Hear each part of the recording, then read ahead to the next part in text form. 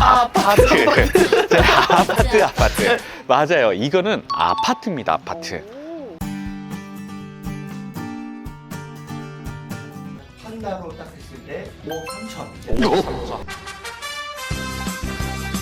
딱쌤, 신탁공매가 정말 돈이 돼요? 앉아보세요.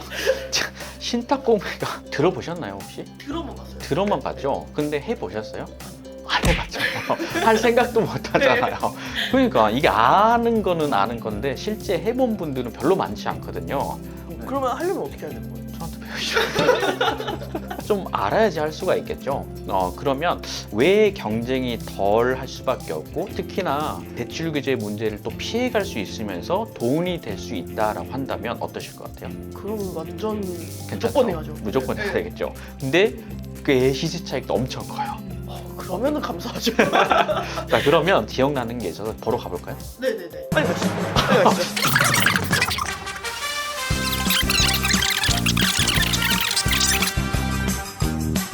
저희가 지금 나와 있는 곳은 은평구 불강역에 나와 있잖아요. 네. 불강 그리고 연신내역 쪽 가까운 쪽으로 갈수록 은평구는 더 메인 중심지라고 보시면 돼요. 그래서 여기에서 또 남쪽으로 내려가다 보면 DMC 쪽이 있는 상암 쪽이죠, 상암. 네. 상암에 또 어떤 업종이 있는지 아세요? 방송 쪽 많이 계시잖아요. 오, 알고 계시네요. 방송업계에 계신 분들이 많이 거주를 하시는데 조금 더 생활 인프라가 있는 이 은평구 쪽으로 많이 와서 거주를 하시는 편이에요. 그러다 보니까 이 은평구 일대에는 의외로 월세 수요도 탄탄하거든요. 저희 회원님도 은평구에 다가구 2분 받으셨어요. 다중주택하고 다가구 2개 받으셨는데 그분들도 지금 풀 월세로 잘 돌아가고 있어요. 그러면 오늘 보는 물건도 그런 식으로 돌려도 되겠네요? 자, 월세도 물론 안정적으로 받으면 좋긴 한데 직장인이시거나 아니면 뭐 경제 활동을 하시는 분들 입장에서는 당장의 월세가 꼭 필요한 게 아닐 수도 있거든요. 오히려 시세 차익을 또 빠르게 늘리면서 나중에 추후에 월세 세팅을 가는 방법으로 가는 게 어떨까 싶기도 해요. 야, 근데 저희 이제 3분 정도 한 걸어온 것 같은데 네. 건물은 어디 있어요? 그러면 건물부터 한번 보여드릴까요? 네. 그러죠. 그러니까 불강역에서 걸어오면서 얘기를 했는데 한 3분 정도 저희가 말하면서 걸어오다 보니까 좀 천천히 걸어왔잖아요. 아무래도 촬영을 해야죠. 네, 그러다 보니까 이제 걸어온 한 3분 걸렸는데 진짜 초역세권이에요.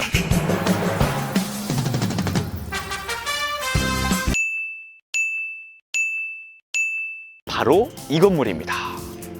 자, 쭉 보니까 와, 굉장히 높게 뭔가 올라가 있죠. 피디님 이거 보셨을 때 이 물건은 오피스텔 같나요? 어떤 거 같나요? 빌라 아니에요? 여기 빌라 밀집구가 이거? 그러니까 아파트라고는 찾아볼 수 없기 때문에 네. 이 물건은 빌라처럼 느껴져요. 네. 그런데 저기 한번 이름 한번 비춰주시겠어요? 뭐라고 돼 있죠? 모와 아파트. 네, 아파트. 맞아요. 이거는 아파트입니다, 아파트.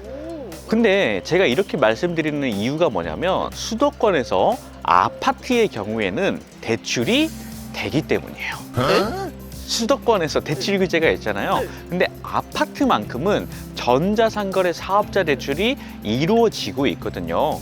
정말요? 네, 그래서 우리가 1주택자 이상이실 때는 수도권에 있는 모든 주택 규제는 매매 사업자도 그렇고 임대 사업자도 다 대출이 금지됐는데 전자상거래라는 다른 사업자는 아직 규제가 되진 않았어요. 그러다 보니까 아파트 물건에 대해서는 대출이 됩니다. 그런데 이 물건 한번 보면 우리 PD님도 느끼시겠지만 아파트라고 보기에는 뭔가 살짝 약한 느낌이죠. 약간 어떤 나홀로 네, 아파트 네. 그런 느낌이 들잖아요. 근데 얘도 아파트는 아파트예요. 그런데 여기서 주의할 점은 건축물 대장이나 건물 등기를 뗐을 때도 아파트라고 나와야만 해요. 그냥 아파트라는 모양, 이름만 그런 느낌을 주고 실제로는 빌라인 경우들도 있거든요. 홍보하기 좋죠. 아파트라면 아무래도 선호하니까. 그래서 반드시 건축물 대장과 건물 등기를 떼어서 아파트라고 표시되어 있는지가 중요해요. 그리고 이 물건은 신탁공매라고 얘기 드렸잖아요. 신탁공매가 많이 어렵나요? 어렵진 않은데 왜 어렵게 생각하는지 이유부터 말씀드릴게요. 이 신탁공매라는 건요, 돈을 못 갚아서 나온다는 개념하고는 좀 달라요. 자, 돈을 못 갚거나 세금을 못 내서 나오는 거를 우리가 경매나 압류재산공매라고 부르잖아요. 근데 신탁공매는 그렇게 나올 수도 있지만 분양이 안 돼서 처분하는 처분신탁, 여러 가지들이 존재하거든요. 그러다 보니까 이 신탁 공매는 사실상 경매처럼 생각하면 안 되고 일반 매매라고 보셔야 돼요. 일반적으로 매매하는 거다 보니까 당연히 우리가 법적인 하자가 있는지 없는지를 내가 스스로 체크를 해야 돼요.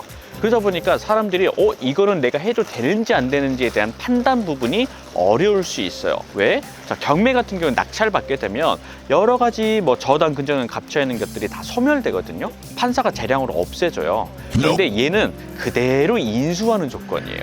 아무래도 사람들이 리스크가 있다고 생각할 수밖에 없겠죠. 그래서 신탁공매는 배우기만 한다면 그렇게 어렵지는 않아요. 마침 저희가 10월 달에 공매 수업을 하죠. 어이쿠 이런. 아이고 이런. 네, 실제로 저희 회원님들 중에 신탁 공매를 낙찰 받으시는 분들이 많이 계세요. 근데 거의 보면 80% 이상이 단독 낙찰이고요. 들어온다 하더라도 한 2~3명 정도 입찰을 하시더라고요. 그래서 저희 회원님들은 신탁 공매를 낙찰 받으면 기본이 4천에서 5천만 원 차익은 그냥 깔고 가는 거고, 요 물건 같은 경우에는 제가 봤을 때는 거의 1억 가까이 차익이 날 수도 있을 것 같아요. 질문이요. 네. 매매랑 거의 똑같다고 하셨으면은 네. 감정가도 그만큼 나온다는 걸 텐데 그렇죠. 그런 거에다가 이제 근저당이나 이런 게 묶여 있으면은 네. 좀 많이 손해를 보고 들어간다고 생각이 들거든요. 그렇게 생각하실 수도 있겠나. 자, 볼게요. 이 감정가라는 거는 무시하셔야 되는 게, 이 감정가를 누가 매기냐면 은행에서 따로 감정평가사를 섭외해서 맡겨요. 그러면 신탁공매 같은 경우에는 결국 신탁대출을 일으켰던 물건이거든요. 그럼 신탁대출을 일으킬 때 돈을 빌려주는 주체는 은행이겠잖아요. 네. 그러면 만약에 무슨 문제가 생겼을 때 가장 큰 손해가 날 사람은 은행일 수밖에 없어요. 그러면 네. 은행 입장에서 높게 낙찰되는 게 오히려 유리하겠죠. 그러다 보니까 감정평가사도 은행에서 직접 섭외를 해서 일부러 감정 자체를 조금 높게 하는 경향이 있어요. 그러다 보면 아니 이거는 도대체 경매하고 다른 이런 게 무슨 시스템이야 하겠지만, 신탁공매는 일반 매매이기 때문에 그게 가능해요. 자, 우리가 일반적인 부동산을 팔고 싶어요. 네. 내 집 팔고 싶으면 가격을 내 맘대로 내놓을 수는 있잖아요. 그죠? 그렇죠? 그거랑 똑같은 거예요.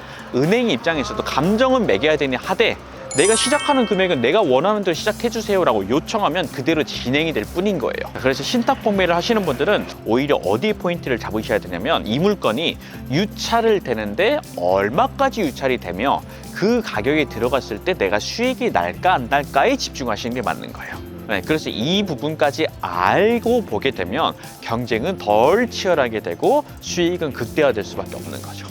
그럼 얘도 똑같이 유찰될 때는 20%씩. 아니에요. 얘도 10% 내지는 5% 제각기 다 달라요. 절차도 다르고요.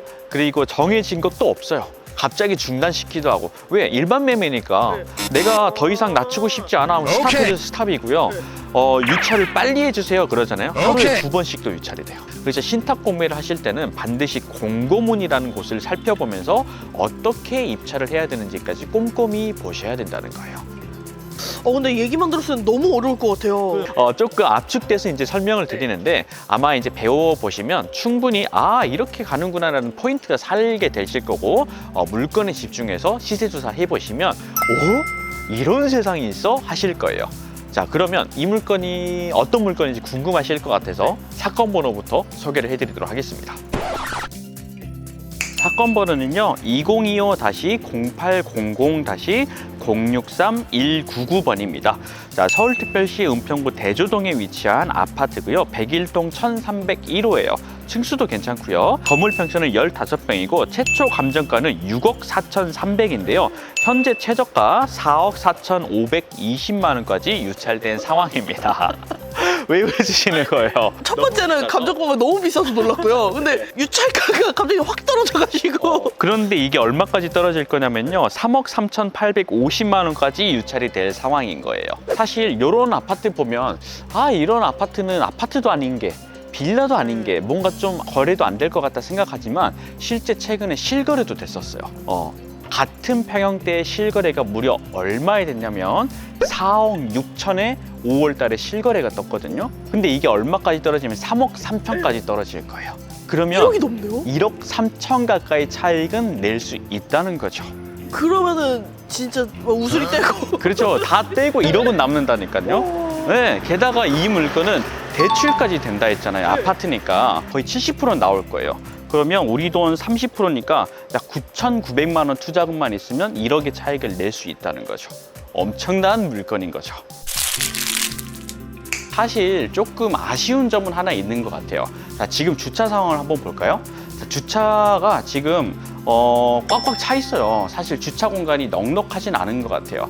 다만 이거를 좀 해소하기 위해서 옆에 보면 기계식 주차장이 하나 있긴 있는데, 기계식 주차장을 이용하는 게 생각보다 많이 불편해요. 왜냐면 차를 올렸다가 내렸다가 할 때 그냥 나오는 게 아니라 기다리고 넣고 그 다음에 출퇴근 시간에 몰리게 되면 또 한참 기다려야 되다 보니 이 부분은 조금 아쉬운 점이 있긴 할 것 같아요. 자, 여기 보니까 기계 주차 시설 노후화로 인해 도색 작업을 진행한다. 그래서 아마 차량들이 좀 나와 있는 것 같긴 해요. 그렇죠? 그래서 차가 주차장이 몇 원인데. 네네, 그랬던 것 같긴 해요.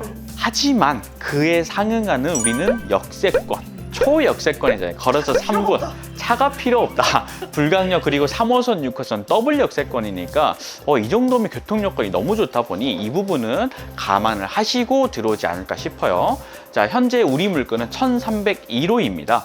층수도 괜찮죠. 자, 저층이 아니라 고층인데 해당 우편함에 보니까 우편물은 전혀 쌓여 있는 게 없어요. 자, 그렇다면 지금은 아마 소유주분이 살지 않을까 생각은 들어요. 근데 신탁공매의 특징이 소유주가 사는지 또는 임차인이 사는지에 따라서 대항력이 있을지 없을지를 구분을 좀 해줘야 되는데, 이 부분은 신탁사에 전화를 해서 현재 임차인이 동의를 득한 임차인인지 아닌지도 체크를 해봐야 되는데, 이렇게 조금 절차들을 알아야 될 절차들이 조금 복잡하다 보니 우리가 이거는 하기만 하면 되잖아요.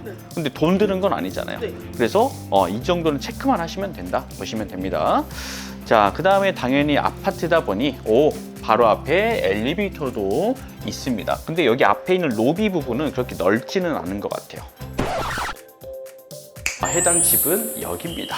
3룸의 아파트고 전용으로 15평이니까 사실 아파트에서 3룸이라 생각하면 안 되고 빌라에서의 3룸 수준이다 라고 생각을 하고 들어가셔야 되겠죠. 현재 지금 소유자분이 사시기 때문에 뭐 여쭤보기엔 좀 그렇고, 우리가 13층이라 그래도 옥상 한번 올라갔다가 내려가 볼게요. 1401호가 있네요. 자, 일단은 보니까 여기에 숨겨져 있는 호수가 있었어요. 1401호. 그러면 여기는 누군가가 살 수도 있고 안 살 수도 있지만 옥상 부분은 아니잖아요. 그러다 보니까 옥상에서 내려오는 누수는 없겠다. 네, 그러면 오히려 다행인 거죠. 자, 올라와 보니까 고추를 말리시네요. 지금 보니까 옥상 방수 부분은 전혀 문제는 없을 것 같아요. 다만 우리는 여기는 1302호 부분이고 저쪽이 1301호긴 한데 다행히 이제 옥상 부분 막아주는 부분이 있어서 큰 걱정은 없을 것 같습니다. 현재 지금 이 물건이 지금 4억 4천만 원대로 현재 최저가 형성돼 있긴 한데, 영상이 업로드 될 때쯤이면 더 유찰이 됐을 거예요. 현재 최저가가 3억 3천대까지 유찰이 될 거고, 현재 이 근처에서 최근 실거래가 4억 6천에도 실제로 거래가 됐었어요. 그러면 거의 1억 3천 가까이 수익이 나는 건데, 여기서 부대 비용이나 이런 것들을 제외한다 하더라도 거의 1억 정도는 내 통장에 샥 들어오지 않을까 싶습니다.